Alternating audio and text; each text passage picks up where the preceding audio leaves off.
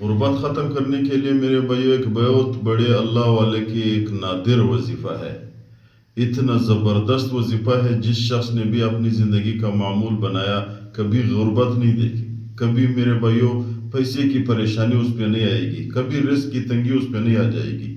آسان بھی ہے، مختصر بھی ہے، صرف زندگی کے معمول بنائے، ہر دن یا ہر رات کرنا بھی نہیں چاہیے، آسان سا وظیفہ ہے۔ آج کل میرے بھائیوں مرد بھی پریشان ہے، پیسے کے پیچھے لگا ہوا ہے، عورت بھی پریشان ہے، پیسے کے پیچھے لگی ہوئی ہے، لڑکا بھی پریشان، لڑکی بھی پریشان، اسکول بھرے ہوئے ہیں، کالج بھرے ہوئے ہیں، ہر لڑکے لڑکی کے پاس ڈگری ہے، نوکری کے پیچھے لگے ہوئے ہیں۔ کیوں؟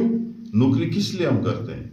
نوکری اس لیے کرتے ہیں کہ تنخواہ آ جائے۔ تنخواہ کیا چیز ہے؟ رزق ہے بھائی۔ پہلے تو ہمارے ایک ذہن بنا ہوا ہے کہ ہم تعلیم کرتے ہیں شعور کے لیے نہیں کرتے ہیں، تعلیم حاصل کرتے ہیں شعور حاصل کرنے کے لیے نہیں۔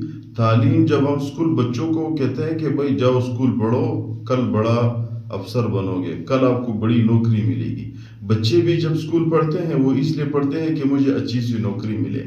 تو ہمارے سسٹم پہلے سے خراب ہے۔ نہ ماں باپ یہ سوچتے ہیں کہ بچوں کو تعلیم دیتے ہیں شعور دینے کے لیے، نہ بچے یہ سوچتے ہیں کہ ہم تعلیم حاصل کرتے ہیں شعور لینے کے لیے، بلکہ وہ کہتے ہیں ماں باپ کی بھی مقصد نوکری ہے، بچوں کی بھی مقصد نوکری ہے۔ تو نوکری بھی رزق کے لیے بندہ کرتا ہے۔ دکاندار کے پاس جب صبح اٹھتا ہے میرے بھائیو، دکان صاف کرتا ہے، دکان میں بیٹھ جاتا ہے، کس لیے؟ رزق اس کو ملے۔ مزدور گھر سے نکلتا ہے، اپنے گھنٹی بیلچہ اٹھا دیتا ہے، کس کے پیچھے لگا ہوا ہے؟ رزق کے لیے۔ تو رزق دینے والا کون ہے؟ ان اللہ یرزق من یشاء بغیر حساب۔ یقیناً اللہ تعالیٰ جس کو رزق دیتا ہے، جب اللہ چاہے جس کو رزق دیتے ہیں بغیر حساب کے دیتے ہیں۔ ترزق من تشاء تؤتی الملک من تشاء وتعز من تشاء، قرآن مجید اس سے بھرا ہوا ہے۔ رزق دینے والا اللہ ہے بھائی، یہ تمام سسٹم چلانے والا اللہ ہے۔ ہم نے اللہ کو چھوڑا ہے، ہم دوسرے راستے پہ لگے ہوئے ہیں۔ لگے، اسباب اختیار کرے۔ پیغمبر علیہ السلام کے پاس صحابی آیا، صحابی نے پتہ کس پیغمبر علیہ السلام نے پتہ کیا آپ نے اونٹ کا کیا کیا؟ تو صحابی نے فرمایا رسول اللہ صلی اللہ علیہ وسلم میں نے اللہ کی توکل پہ صحرا میں چھوڑ دیا۔ پیغمبر علیہ السلام نے فرمایا ایسا نہ کرو، اونٹ کی پاؤں کو باندھ دو، پھر صحرا پہ پھر اللہ کی توکل پہ صحرا میں چھوڑ دو۔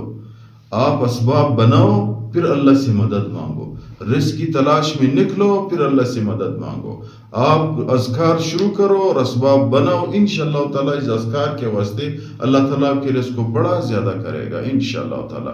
اتنا بے حساب رزق دے گا کہ آپ حیران ہو جاؤ گے۔ ہم کبھی رزق کی پریشانی پھر نہیں دیکھیں گے۔ کون سا وظیفہ ہے؟ ایک بہت بڑے اللہ والے کے مجرب اعمال ہے، وہاں لوگوں نے تجربہ کیا ہوا ہے، اس تجربے کی خاطر ہمیں پہنچا رہے، پھر ہم امت مسلمہ کو پہنچا رہے۔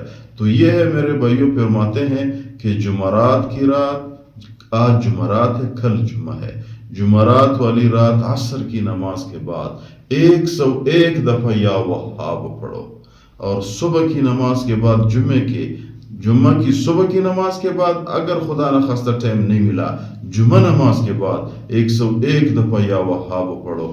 اول و آخر میں 3 دفعہ درود شریف پڑھو، جو آسان سا درود ہو، صلی اللہ علیہ وسلم بھی پڑھ سکتے ہو۔ 3 دفعہ درود شریف پڑھے، پھر 101 دفعہ یا وہاب پڑھو، پھر بخشو۔